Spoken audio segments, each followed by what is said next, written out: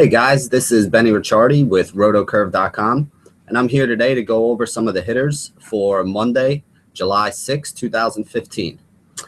First guy up that we're going to be talking about is Sean O'Sullivan from the Philadelphia Phillies. He's allowed left-handed bats to hit .364 against them this year with 10 home runs and 25 innings pitched. He's also allowed right-handed bats to hit .283 against them. So you could pretty much target anybody you want on this Dodgers team against them. But the left-handed bats look like they're in the best spot. Couple guys to look at. Adrian Gonzalez has a .297 batting average, 14 home runs and 232 at-bats against right-handed pitching. So he's definitely somebody that's going to be in play. A guy like Justin Turner, who actually has same-handed splits. He's also a right-handed batter, but he's been hitting right-handed pitching very well this year. O'Sullivan's been giving up a .283 to right-handed bats anyway, so I wouldn't be too concerned about the fact that it's righty on righty here. Turner's hitting .361 with 11 home runs and 155 at-bats against right-handed pitching, so I definitely think this is a good matchup for him against a kind of a weak pitcher on the mound for the Phillies. Another guy who I think is going to be in play today, somebody who's a little bit cheap in spots and is probably going to be a popular pick, is Yasmani Grandal. The catcher for the Dodgers has a .273 batting average with 12 home runs and 172 at-bats against right-handed pitching. So against a guy like O'Sullivan, who's a high home run allower, I definitely think this is one of the games where you'd want to roll Grandal out there and hope for some upside. Next guy we could talk about is Alfredo Simon. He's been giving up a .294 batting average with 8 home runs and 55 innings to left-handed bats. The problem is when you look at this Mariners lineup and you look through the left-handed bats, there really aren't all that many left-handed bats that are doing all that well this year. The one guy who I definitely think you can target today is going to be Robinson Cano. He's starting to break out of the early season funk that he was in. I mean, this is a guy who got a $250 million contract and was hitting about .250 as of a couple weeks ago. He's a much better hitter than that. He's a lifetime hitter that's around 300. So now that he's starting to get some hits, he hit a home run the other day. He's starting to rack up a couple hits. I definitely think he's someone you can look at. But, again, I don't have a ton of faith in him because he hasn't had a great year, and neither has anybody else on this Seattle team, really. You want to use left-handed bats to attack Simone, but I don't know if this is, really the best spot for any of these guys. A guy like Kyle Seager is another one you can put in there. Simone has been tougher on right-handed bats, although, Nelson Cruz is somebody who has a high average. But again, I feel like it's just grasping at straws with all these guys. I don't think that any of them are going to be the, most solid play on the day. And I would kind of leave all of them to be more of a tournament option than anybody I want to use in my cash games. Next guy we can talk about is Kyle Lohse. Kyle Lohse has been getting knocked around pretty good this year. He kind of has a reverse splits going on as well. .321 batting average with 12 home runs and 54 innings allowed to right-handed bats. And his ERA against right-handed bats this year is 7.29. The only real big right-handed bat actually, there really aren't any big right-handed bats on that Atlanta team. The guy who makes the most sense for me to use is a guy like Cameron Maybin. Maybin's hitting about .297 against right-handed pitching this year. So he's somebody that I definitely think you might want to consider. Juan Uribe is another guy who's been doing pretty well against righties. He's hitting about 300 since coming over from the Dodgers. And the last guy that I think you could look at is a guy like Chris Johnson. He's been the guy who's been subbing in for Freddie Freeman at first base. Doesn't have a ton of power, but he's a pretty good average hitter. He does much better against lefties. You really want to put this guy in there against left-handed pitching where he has a very high batting average. But I think he might be in play today against Lohse as well. The left-handed bats you can look at too. A guy like a Jace Peterson on top of that order might not be a horrible option. I really don't like A.J. Pierzynski, although I have heard other people mention his name today. He's definitely not somebody I would look at. His price is pretty close, a couple $100 below a guy like Grandal, and I think it just makes more sense to go and pay up for a guy like Grandal today.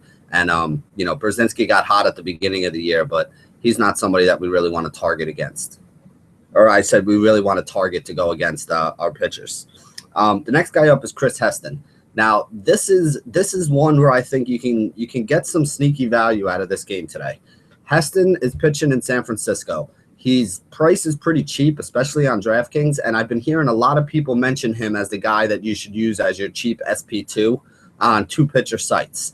That means that if everybody's on Heston, you're going to have really, really low ownership on the Mets, which, again, the way the Mets have been hitting with their batting average over the last week being sub 200, it makes a lot of sense. But the thing is, the Mets actually match up pretty well with a guy like Heston. Heston has allowed a 292 batting average to left-handed bats with 5 home runs in 41 innings and a whip over 1.5. Now, there's a lot of left-handed bats on the Mets, especially now that you got a guy like Daniel Murphy back in the mix. Murphy's hitting 306 against right-handed pitching, so he's a quality left-handed bat, still pretty cheap in a lot of spots, and lately he's actually been hitting in the cleanup spot. So he's somebody I think you could consider. Curtis Granderson's hitting 285, but he does have 12 home runs as well against right-handed pitching. Again, another big left-handed bat in that lineup that they're going to attack Heston with. Heston struggles with all these lefties. You're going to see guys like Lucas Duda, who hasn't had a great, month after he started out hot, hitting a lot of home runs. He's another left-handed bat that they're going to throw at him. I definitely think that there's a sneaky tournament stack that you can put with the Mets in there. All these left-handed bats going up against Heston might be able to get some runs out of him, and you know that nobody's going to be on him if everybody's on Heston. I'm interested to see what Josh says about Heston when he does his pitcher segment later, because he is a guy that everybody is talking about. He is a guy who I could see the value, but Heston has been very inconsistent. He goes out and throws a no-hitter against the Mets, and then he comes back and gives up, 6 or 7 runs in the next game, and then he goes into Colorado and throws a gem against the Rockies, and then comes back and gives up 4 or 5 runs in his next game. So he's been very inconsistent. And, I definitely don't think he's a guy that I'm going to be using in cash today. But I definitely think that a guy with that kind of inconsistency is somebody who you can put some bats against for a tournament and, have a really low-owned lineup that has a chance for some upside. Next guy I want to talk about is in that same game. We're going to go with Jonathan Neese on the other side. Neese has been giving up a 290 batting average to right-handed bats, a whip of 1.54, and 34 runs and only 70 innings of work versus righties this year. There's not a lot of high average right-handed bats on that San Francisco team. Pagan is the one guy who has been hitting righties very, very well. He has a 378 average this year against right-handed pitching, so he's definitely somebody that's going to be in play. Again, he's more of a cash game play for me. He'll get you a couple hits, but he really doesn't have home run power. He's usually on top of the order, so he doesn't get a lot of RBI opportunities. But he can rack up a couple hits. He can drive in a couple runs, maybe even steal a base for you. But again, I don't think he has huge upside. I wouldn't use him in tournaments. Buster Posey does not have a great batting average this year against left-handed pitching, which is kind of surprising. Last year, he hit over 300 against him. This year, he's only at 262.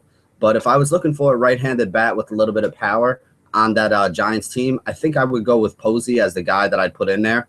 Again, you got to realize if you can fit him in, he's very expensive. He's always very expensive. He's probably the top catcher option, the top price catcher option on whatever site you're playing on. But he is also a former MVP and a great hitter and is in a very good matchup today. That San Francisco team, though, does not hit very well at home. So I don't know if this is a game that I would really want to be targeting a lot of these bats, even though I don't think Neese is a very good pitcher. San Francisco is a much better team on the road, at least hitting wise. Their average and what they've done on the road has been much better. So just be cautious, before you go and say, oh, Neese is a guy who's going to get lit up and throw all those San Francisco bats in there. I really honestly think for a tournament, you're better off stacking Mets than you are stacking Giants. Next guy I want to talk about is Phil Hughes.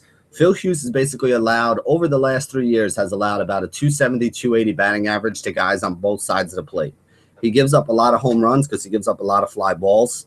And basically he gives them up, equally to right-handed and left-handed bats. The 2 guys on that Baltimore team that I think you can target are leadoff batter Manny Machado, who's hitting 293 with 14 home runs against right-handed pitching. Again, like we said, Hughes is a guy who gives up a lot of home runs. So I definitely think Machado is somebody who's going to be in play. He's been on fire since they moved him up into that leadoff spot. And again, he can score for you in many ways. He can steal a base. He can hit a home run. He can rack up a couple hits. If the bottom of that order gets on, he's going to have RBI opportunities. And if he gets on, he's going to have some bats behind him that can drive him in. So there's definitely a lot of ways that Machado can score for you. His price is starting to get up there in spots, so he's not easy to fit into your rosters anymore. But in a good matchup like this against a guy like Hughes, who he's had some decent success against in his career, I think he's somebody that you can roll out there. The other guy on Baltimore I think you can look at is Jimmy Paredes. He's a left-handed bat. Well, he's actually a switch hitter, but he's going to be batting from the left side against Hughes today. Has a 320 batting average against right-handed pitching with 10 home runs. So the two guys that have some pop and have a high average that you can attack Hughes with are Paredes and Machado. If you want to get crazy and look at guys like Davis and Jones, I definitely don't think that's the worst idea either. But the two guys who I'm really going to be targeting are Paredes and Machado. If you're playing in a tournament, I think there is some value in stacking up these Baltimore bats. But with those four guys that I just mentioned, none of them are cheap. So it's not really easy. You don't leave yourself a lot of money left over to, to do some other stuff if those are guys that you're trying to stack up together. Next guy to talk about is Alex Colomé. He's given up about a 270 batting average to everyone this year. The problem with Colomé is he never goes beyond 6 innings. So you're going to get a couple innings out of him, and then you're going to get a couple innings out of that Tampa Bay bullpen. So the one guy who really pops out to me on that Kansas City Royals team against right-handed bats is Mike Moustakas. Moustakas is hitting 339 against right-handed bats this year, which is really high. I mean, that's a very good average to go after somebody with. Colomé, like I said, he's right-handed pitcher, giving up about a 270 batting average to both sides of the plate. It's a small sample size with him, so it's not like we can go back a whole bunch of years and say he's much better against righties or much better against lefties. But with the numbers that I see now, the one guy who I definitely think is in play is going to be Moustakas at third base. Gives you a little bit of cost savings from some of these other guys, even a guy like Machado. And I think his upside is pretty much the same.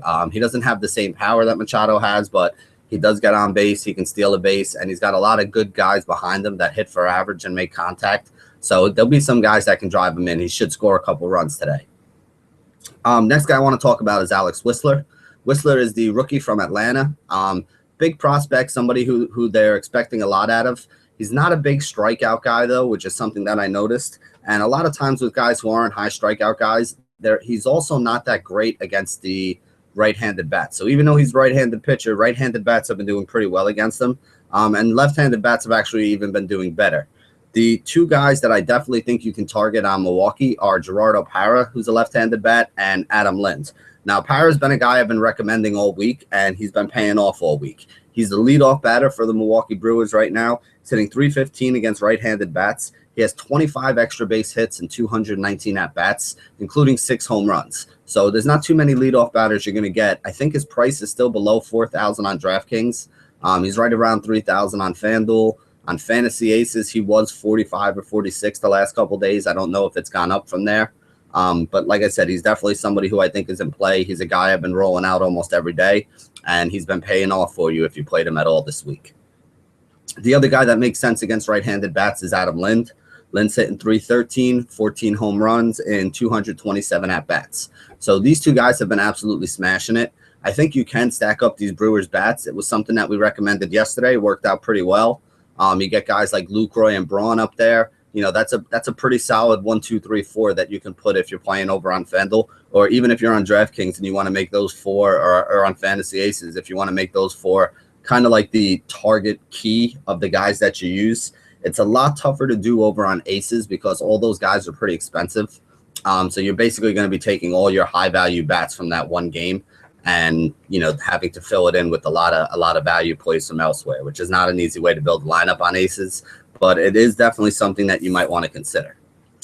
Next guy I want to talk about is Anthony DeSclafani from the Cincinnati Reds.